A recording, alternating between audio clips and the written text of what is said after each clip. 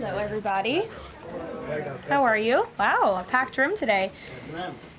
Last night, the Trump administration faced another example of judicial overreach. Using his full and proper legal authority, President Trump imposed universal tariffs and reciprocal tariffs on Liberation Day to address the extraordinary threat to our national security and economy posed by large and persistent annual U.S. goods trade deficits. The United States has run a trade deficit of goods every year since 1975. In 2024, our trade deficit in goods exceeded $1 trillion. Everybody agrees this is unacceptable. President Trump is delivering on his promise to fix this problem, and he has taken a long overdue and much needed bold stance for American workers after decades of our manufacturing base being hollowed out. The president's rationale for imposing these powerful tariffs was legally sound and grounded in common sense. President Trump correctly believes that America cannot function safely long-term if we are unable to scale advanced domestic manufacturing capacity, have our own secure critical supply chains, and our defense industrial base is dependent on foreign adversaries. Three judges of the U.S. Court of International Trade disagreed and brazenly abused their judicial power to usurp the authority of President Trump to stop him from carrying out the mandate that the American people gave him. These judges failed to acknowledge that the President of the United States has core foreign affairs powers and authority given to him by Congress to protect the United States economy and national security. Congress had created the National Emergency Act to provide the congressional framework to strike down improper IEEPA use. And any questions over whether President Trump improperly imposed these IEEPA tariffs were already adjudicated in Congress following Liberation Day. Congress firmly rejected an effort led by Senator Rand Paul and Democrats to terminate the president's reciprocal tariffs. The courts should have no role here. There is a troubling and dangerous trend of unelected judges inserting themselves into the presidential decision-making process. America cannot function if President Trump, or any other president for that matter, has their sensitive diplomatic or trade negotiations railroaded by activist judges. President Trump is in the process of rebalancing America's trading agreements with the entire world, bringing tens of billions of dollars in tariff revenues to our country, and finally ending the United States of America from being ripped off. These judges are threatening to undermine the credibility of the United States on the world stage.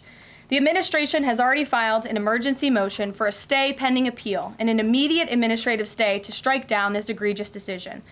But ultimately, the Supreme Court must put an end to this for the sake of our Constitution and our country.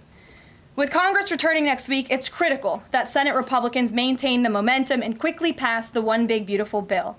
The One Big Beautiful Bill will truly make America safe and prosperous. The One Big Beautiful Bill includes the largest border security investment ever. That's why the law enforcement groups are lining up to encourage its swift passage. The National Fraternal Order of Police, the largest police union in the country, just endorsed key provisions of the bill.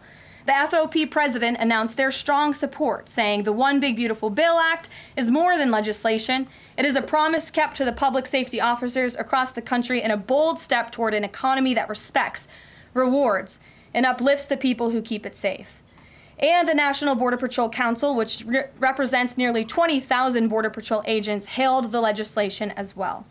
The group's president said this legislation provides a once-in-a-generation investment in the border security of our great country and will make America safer.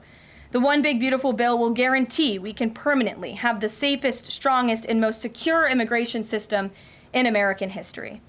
I also want to take the opportunity to debunk some false claims that have been circulating in the press about this bill. The blatantly wrong claim that the One Big Beautiful Bill increases the deficit is based on the Congressional Budget Office and other scorekeepers who use shoddy assumptions and have historically been terrible at forecasting across Democrat and Republican administrations alike. For example, just before Congress enacted the original Trump tax cuts at the end of 2017, the same CBO projected that growth would average a mere 1.9% over the next 10 years. However, by 2019, actual growth had surged to 3.4% once the Trump tax cuts went into effect, exceeding the CBO forecast by nearly 2 full percentage points. The CBO's latest forecast makes the same anemic growth assumptions as they did in 2017, missing the impact of the One Big Beautiful Bill. The CBO assumes long-term GDP growth of an anemic 1.8%, and that is absurd. The American economy is going to boom like never before after the One Big Beautiful Bill is passed. The largest middle-class tax cut in history, massive deregulation, and the most aggressive domestic energy exploration ever will fuel small businesses, further boost private investment, increase workers' wages, and supercharge economic growth. The Council of Economic Advisors has factored in the effects of all these pro-growth policies and estimated in their own analysis that growth will average 3% in the long run after the One Big Beautiful Bill is passed, which is nearly double the ridiculous CBO projection. This higher growth would result in $4.1 trillion in additional revenue over the next 10 years. Between the common sense spending reforms contained in the One Big Beautiful Bill and the robust economic growth that will be generated as a result of it, there will be no increase to the deficit. The same analysis from the CEA shows just how this historic package will unleash prosperity and ignite a blue-collar boom across America. But if the radical Democrats get their way and the One Big Beautiful Bill does not pass, Americans will face a whopping $4 trillion tax hike. This is unacceptable to President Trump. President Trump will not allow Democrats to massively raise Americans' taxes. Senate Republicans must get this bill passed. Failure is not an option. The American people are counting on Republicans to deliver. In other news, despite all the doom casting from the media, Americans are growing more and more optimistic about the economy under this president. Consumer confidence surged in May with the biggest monthly jump in 4 years, smashing expectations. According to the release from the Consumer Confidence Index, the increase in confidence was broad-based across all age groups, income groups, and political affiliations. Our country is clearly heading in the right direction under President Trump's bold leadership. For the first time in history of Rasmussen polling, a majority of Americans believe the country is on the right track. It's unsurprising because the president is fulfilling the promises he made to the American people. Here in our new media seat today, we have the editor-in-chief of The Federalist, Mollie Hemingway. The Federalist is led by Mollie and Sean Davis and provides fearless journalism and coverage of politics and culture to millions of readers all over the world. Thank you for being here, Mollie, and why don't you please kick us off? Thank you, Caroline. Thank you. In the first Trump administration, there was an effort to stymie the agenda of Trump through the Russia collusion hoax perpetuated by many people in the media, including some people seated here, or the media outlets they represent, and other Democrats as well. The second Trump administration, to reference what you said at the beginning, seems to be subject to an effort to stymie the agenda using rogue lower court judges. You mentioned that the Supreme Court could and should do something to rein in these lower court judges. Also, Congress could do something about it, but they don't seem terribly interested in it. It also seems there's not much of an actual coordinated effort from this White House to take and tackle this effort from judges, Democrats and other people using these judges to stymie the agenda. Is there an actual effort by this White House to tackle this issue in a comprehensive way, and if so, what is it? There is an effort by this administration to tackle these rogue judges and the injunctions and the blockades that we have faced in our broken judicial system in every case. I mean, we have seen time and time again these lower district court judges ruling against this administration in the president's basic executive authority and powers. And this administration is fighting every single one of those battles in court, including already the block that came down from the tariff court, the IEEPA court last night. And as on my way out here to the briefing room, I understand that there was another district court judge right here in Washington, D.C. who ruled against the president's tariff power.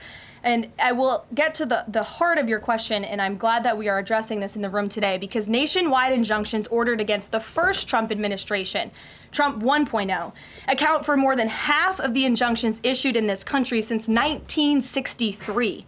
And President Trump had more injunctions in one full month of office in February than Joe Biden had in 3 years. And let me roll through some of these radical injunctions to paint the picture for the American people at home. These are not just talking points. These are real judges in the court of law who are trying to block the president's power and the policies that he was elected to enact. For example, a court ordered the Trump administration to return already deported terrorist aliens back to the United States. A court has ruled the Trump administration can't even temporarily pause our refugee programs. Courts prohibited the Trump administration from eliminating federal funding for child transgender surgery and mutilation, a practice that the American people overwhelmingly reject. A court also held that the Trump administration could not ban people experiencing gender dysphoria or mental health issues from serving in the military. Ridiculous. Courts prohibited the removal of transgender women from women's prisons despite potential physical harm to real women in those prisons, biological women. A Northern District of California judge issued an absurd ruling that the president cannot fire people within the executive branch without Congress passing a bill, even though Congress has expressly authorized the president through the Office of Personnel Management to authorize reductions in force across agencies. A court also ordered the Trump administration to rehire thousands of already fired employees in several cases. A federal judge blocked the Trump administration from defunding the Department of Education, another signature campaign promise that this president has the power to implement. Courts ordered the Trump administration could not eliminate funding for illegal DEI programs, hence the word illegal. These are illegal programs to begin with, and now the courts are trying to say this president can't roll them back. And a district court judge prohibited the president from issuing any categorical funding freezes.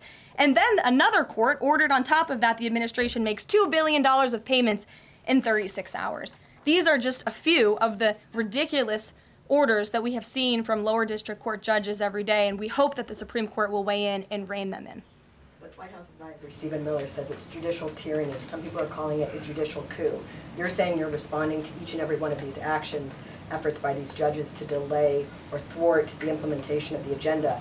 But is there going to be anything more than that, or is it just going to let this operation continue, even though it could delay everything for years until the presidency is over? The administration is operating under the directive given to from the president that we need to comply with the court's orders. He's made that very clear, but we're going to fight them in court, and we're going to win on the merits of these cases because we know we are acting within the president's legal and executive authorities. And thanks for being here. Gabe. Thank you, Caroline. Question on tariffs, but first actually some foreign policy news, some breaking news. Some local Israeli media is reporting that Prime Minister Netanyahu told hostage families that he's accepted a 60-day truce offer. So can you confirm, have Israel and Hamas agreed to a truce? I can confirm that Special Envoy Witkoff and the president submitted a ceasefire proposal to Hamas that Israel backed and supported. Israel signed off on this proposal before it was sent to Hamas. I can also confirm that those discussions are continuing, and we hope that a ceasefire in Gaza will take place so we can return all of the hostages home, and that's been a priority from this administration from the beginning. I won't comment further as we are in the midst of this right now. So to be clear, you don't know if Hamas has accepted it yet? Not to my knowledge, but certainly if that becomes the case and this ceasefire goes into effect, you'll hear it directly from myself, the president, or Special Envoy Witkoff. On tariffs, Kevin Hassett earlier this morning, he brushed off a legal ruling, called it a hiccup, and he said that trade deal negotiations would continue. Why would other countries continue these trade deal negotiations given the ruling? Because other countries around the world have faith in the negotiator-in-chief, President Donald J. Trump. And they also probably see how ridiculous this ruling is, and they understand that the administration is going to win, and we intend to win. We already filed an emergency appeal. We expect to fight this battle all the way to the Supreme Court. These other countries should also know, and they do know, that the president reserves other tariff authorities, Section 232, for example, to ensure that America's interests are being restored around the world. But I can confirm that our ambassador for trade, Jamieson Greer, already heard from countries around the world this morning who said they intend to continue with these negotiations. Peter. Thank you, Caroline. So many of the president's plans right now are being blocked by courts. If the courts are going to be the ones who are shaping policy, does the president wish he would have just become a judge instead? I think the president would take this job over being a judge, and certainly the president is acting within his authority. He wishes judges would do the same. But so the courts are basically telling you guys they think that the White House's policies, the president's policies, are in some way against the law. So why can't President Trump ask the Republicans that control the House and the Republicans that control the Senate just to make a new law? Well, these laws have already been granted to the president by the Constitution and by laws that have been previously passed. I'll give you another example. For instance, we've been blocked in court for the revocation of visas from individuals who have the privilege of studying in the United States of America. Secretary of State Rubio has simply used his authority to revoke those visas, to revoke that privilege, and we've seen the courts try to block that. So if these judges want to be the Secretary of State or they want to be the president, they can run for office themselves. It should be the other way around. But all of the actions the president has taken rely on legal authorities that have already been granted to him by our nation's existing laws. And on a different topic, there are some folks in President Biden's inner circle, who are now in talks with Republicans in Congress to give interviews about how they may have handled President Biden's decline. Is the president satisfied with aides only sitting for these transcribed interviews, or would he also like to see some kind of testimony from the former First Lady, Dr. Biden? I think, frankly, the former First Lady should certainly speak up about what she saw in regards to her husband and when she saw it and what she knew. Because I think anybody looking, again, at the videos and photo evidence of Joe Biden with your own eyes and a little bit of common sense can see this was a clear cover-up. And Jill Biden was certainly complicit in that cover-up. There's documentation, video evidence of her clearly shielding her husband away from the cameras. They were just on The View last week. She was saying everything is fine. She's still lying to the American people. She still thinks the American public are so stupid that they're going to believe her lies. And frankly, it's insulting, and she needs to answer for it. Ouija. Thank you, Caroline. President Trump was asked what he thought about Elon Musk's claim that the big, beautiful bill increases the budget deficit and undermines the work of DOGE. And the president didn't actually comment on those remarks. He just talked about the need to support the bill. So what does the president think about what Elon Musk said? Well, the president is very proud of the one big beautiful bill, and he wants to see it pass. He wants the Senate to get to work on it and send it to his desk as quickly as possible. Of course, as you know, Elon Musk announced last night his departure as an official special government employee from the Trump administration. We thank him for his service. We thank him for getting DOGE off of the ground, and the efforts to cut waste, fraud, and abuse will continue. So he doesn't have any comment about Musk saying it adds to the deficit and it undermines all his work? The president commented on this. I commented on it. I told you that this bill saves $1.6 trillion according to the Council of Economic Advisors and the analyses that the president believes in. So he gave a comment. I gave a comment. Just because you don't like that comment doesn't mean it's not a comment. Rachel. Thanks, Caroline. Back on trade, I know you said the White House is going to fight this ruling in court. Is the administration actively reviewing other avenues, other options to carry out the president's trade policy? The president's trade policy will continue. We will comply with the court orders, but yes, the president has other legal authorities where he can implement tariffs. However, it does not dispute the fact that the president was right to declare a national emergency when it came to fentanyl and when it came to our crippling deficits and the lack of critical supply chains here at home. That is the reasoning for the president's tariffs. And the court didn't dispute those facts, by the way. And there have been other courts that have reaffirmed the president's position. In fact, a ruling in federal court earlier this month shows that the administration is in the right, said we will win on appeal. A federal district judge in Florida ruled that IEEPA, in fact, does grant the president the authority to unilaterally impose tariffs. And 20 years ago, I will add, they are not a court, the New York Times editorial board responded to the January 2005 trade deficit of $58.3 billion by writing an editorial entitled Dangerous Deficits. And since then, our trade deficit has more than doubled. The U.S. trade deficit in January totaled a whopping $131.4 billion. So people on both sides of the aisle, pundits, lawyers, legal scholars, politicians have all agreed that it is a national emergency, our trade deficits and our lack of critical supply chains here at home. It's just President Trump was the first president to actually act on it, to restore that wealth and that prosperity to the United States of America. And it's very unfortunate that the courts are now blocking his attempts to do that. Has the administration then reached the point where you are actually asking your economic advisors to start reviewing other avenues to implement the president's trade policy, or do you want to just see this legal process take place for now? We can walk and chew gum at the same time. We are doing both. Josh. The Fed says the president met with the Fed chair earlier today. I'm wondering if you can give us any readout of that meeting. The Fed also says that they discussed the economy. I imagine the president might have shared views on rates as well, but what can you share with us? I can share with you that we saw, the president and I both saw the statement that the Fed put out after the meeting. That statement is correct. However, the president did say that he believes the Fed chair is making a mistake by not lowering interest rates, which is putting us at an economic disadvantage to China and other countries. And the president's been very vocal about that, both publicly and now I can reveal privately as well. Did he speak at all about his plans for that position, but whether he would seek to move Jay Powell out of that position or keep him in until his term ends? No. Okay. Kristen. Very quickly on the tariff question, you mentioned Section 232 earlier. Are you suggesting that you might sort of speed up some of the existing 232 investigations?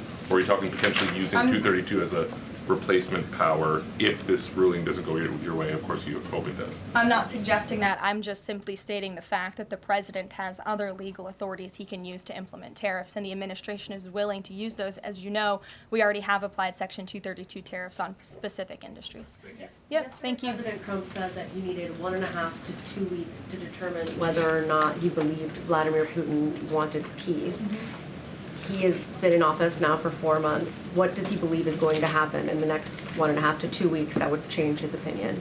Well, it is my understanding and it is our hope that Russia and Ukraine will engage in direct talks and negotiations next week in Istanbul, and we believe that meeting is going to take place, and that is a meeting the president encouraged and urged for these two sides to come together and negotiate directly. And the president has been clear from the very beginning of this conflict that he wants to see this conflict solved on the negotiating table, not on the battlefield, and he's told that to both leaders, again, both publicly and privately. So hopefully next week it will move the ball forward in this. Is going to participate in those conversations?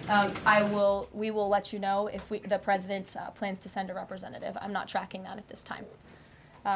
Kelly in the back. Thanks, Caroline. Sure. I wanted to just clarify once and for all the Qatari jet, the sale or the gift, because the Qatari government is asking the U.S. to clarify that the jet's pending transfer was initiated by the Trump administration. So is this something that the White House is going to do? The amount of questions we've received, and we've been incredibly clear, and I have answered this, the president has answered this, the Department of Defense has answered this. This is a government-to-government gift transfer from the Qataris to the Department of Defense, to the United States Air Force. It is now in their hands, and for further details on where that stands, I would defer you to the Department of Defense and the United States Air Force. I have nothing more for you on that. Deanna. Thanks, Caroline. 2 questions, one on Big Beautiful Bill, one on immigration. Sure. Yesterday, Trump said, we will be negotiating that bill, and I'm not happy about certain aspects of it, but I'm thrilled by other aspects of it. Wondering if you could, share any specifics on that. And on immigration, do you know how many illegal migrants have taken Trump's voucher program so far and have deported themselves? I believe it's in the thousands of those who have chosen the easier route of self-deportation, and we certainly encourage all illegal aliens who are present within our homeland to take that option. It's a much more pleasant option than being deported, and we will deport you if you're here illegally. That's our intention. As for the first question, what the president was speaking about is how this is a great bill. However, it has come as a result of a hard negotiation. It's difficult to get things done on Capitol Hill, but thanks to President Trump, this bill is moving in the right direction. And thanks to House Republicans and the leadership over there as well, who did a great job mediating both sides of the caucus to move this bill to the Senate. And now the president, again, has told his friends on the Senate side and is already engaged in those conversations to get that bill back to his desk as soon as possible. Sure. Has this administration been briefed about the incident that happened in Gaza on Tuesday during the rollout of the Gaza Humanitarian Foundation distribution of aid to Palestinians there? And should there be a ceasefire, will this administration continue to rely on this foundation for the distribution of aid to civilians? Are you referring, what incident are you referring to? Tuesday, when the aid was rolled out to Gaza for the first time in many months, and meals and food was given to hungry people, thanks to President Trump. Yes, we were briefed on that plan. The president was the reason that aid went into Gaza, and he got the Israelis to support that plan. And I would add that the previous administration rejected such a plan to ensure that these starving and devastated people in the Gaza Strip were given humanitarian aid and assistance. And it was the previous administration that tried to build this pier, if you all remember it. It was brought to my attention this morning, and I thought that's a good point. Why don't I bring that up? Because there's been so much criticism. In fact, it was on the front page of a newspaper this morning about the criticism for this president having a humanitarian heart and giving people badly needed food and supplies. Nobody wanted to talk about how the previous administration failed in that endeavor. They built this pier that cost $230 million. It lasted about 20 days, and more than 60 U.S. service members were injured, as a part of this floating aid pier that did nothing for the people of Gaza. The president is opening up his humanitarian heart to get aid into the region while his team simultaneously negotiates a ceasefire and the return of all hostages. We are moving the ball forward in a positive direction for all people. The president wants to see peace for all people. Jasmine. Thanks so much, Caroline.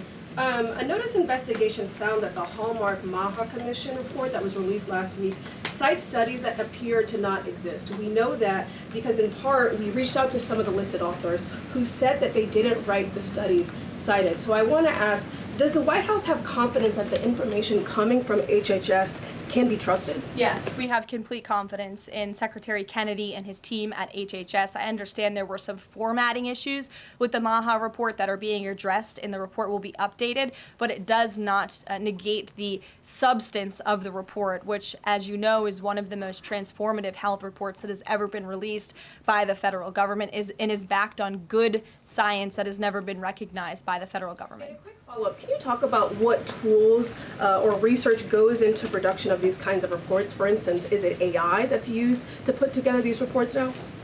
I can't speak to that. I would defer you to the Department of Health and Human Services. What I know is just what I told you.